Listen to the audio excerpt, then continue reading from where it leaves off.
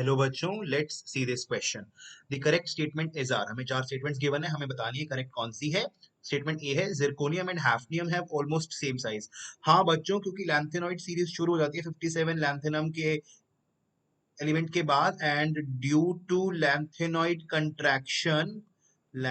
Contraction की वजह से बच्चों, जो आपका लैंथेनॉइड कॉन्ट्रैक्शन, जो आपका हैफ्नियम और जिरकोनियम का साइज होता है वो अप्रोक्सीमेटली बराबर आ जाता है रेडियस के टर्म्स में। ठीक है बच्चों, तो ये ऑप्शन बिल्कुल सही है।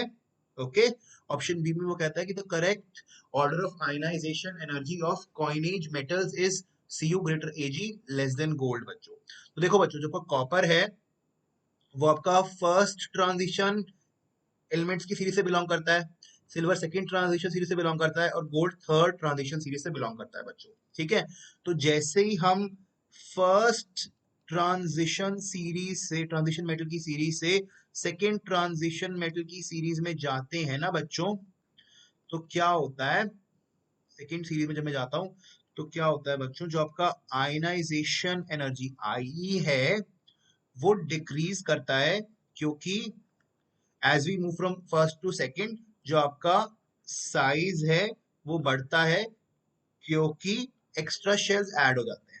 ठीक है बच्चों, तो साइज बढ़ने की वजह से इलेक्ट्रॉन का होल्ड नहीं रहता, इलेक्ट्रॉन के ऊपर होल्ड नहीं रहता न्यूक्लियस, तो काफी इजीली निकल जाता है इलेक्ट्रॉन, तो आयनाइजेशन एनर्जी कम देनी पड़ती है। ठीक है बच्चों, but when we move from second transition metal series PM transition metal series to third transition metal series बच्चों, अब इस केस में क्या होता है बच्चों, यहां पे क्या होता है, आपकी ionisation energy increases, it starts increasing because, क्योंकि क्या होता है, poor shielding of 4f electrons यहाँ पे शुरू हो जाती है। ठीक है बच्चों, because of poor shielding of 4f electron, इसलिए आपको बहुत ज्यादा अच्छे से आयनाइजेशन करानी पड़ती है यहाँ पे। ठीक है बच्चों, तो सिंस फर्स्ट सेकंड जाने पे आयनाइजेशन घट रहा था तो कॉपर की ज्यादा हो जाती है सिल्वर से, और सिल्वर से गोल्ड पे जाने पे आयनाइजेशन बढ़ रही थी, इसलिए गोल्ड की ज्यादा होती है सिल्वर से, इसलिए ये आपका ऑप्शन ऑर्डर रहता है, और ये ऑप्शन में गिवन है, तो ऑप्शन भी बिल्कुल सही हो जाएगा बच्चों। ठीक है,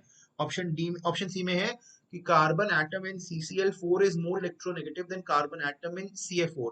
बच्चों CCl4 के केस में भी आपका कार्बन इलेक्ट्रोपॉजिटिव बिहेवियर शो करेगा, और आपका हेलोजन इलेक्ट्रोनेगेटिव बिहेवियर, और CF4 में भी ऐसा ही शो करेगा, क्योंकि आपका फ्लोरीन ज्यादा इलेक्ट्रोनेगेटिव है, हेलोजन है, एज कंपेयर टू आपके कार्बन के, तो कार्बन की इलेक्ट्रोनेगेटिविटी तो ऑलमोस्ट सिमिलर रहेगी दोनों केसेस में, तो मोर और लेस का तो कोई चक्कर ही नहीं है। So this option is not correct, this is wrong. Option D में कहता है कि Pb2+ is more stable then Pb4+। तो अगर मैं लेड का Pb का मैं इलेक्ट्रॉनिक कॉन्फ़िगरेशन लिखूं, वो क्या होता है बच्चों, वो होगा Xenon 4f14 5d10 6s2 6p2 बच्चों। ठीक है, तो अब क्या है यहाँ पे, जो आपका 6s2 का होगा due to poor shielding of 6s2 electrons by inner d and f electrons, it is hard to remove 6s2 electrons, to remove 6s2 electrons because they are inert. तो यहीं पे तो इसे बोलते हैं इनर्ट पेयर इफेक्ट बोलते हैं बच्चों, एक्चुअली इसको बोलते हैं इनर्ट पेयर इफेक्ट।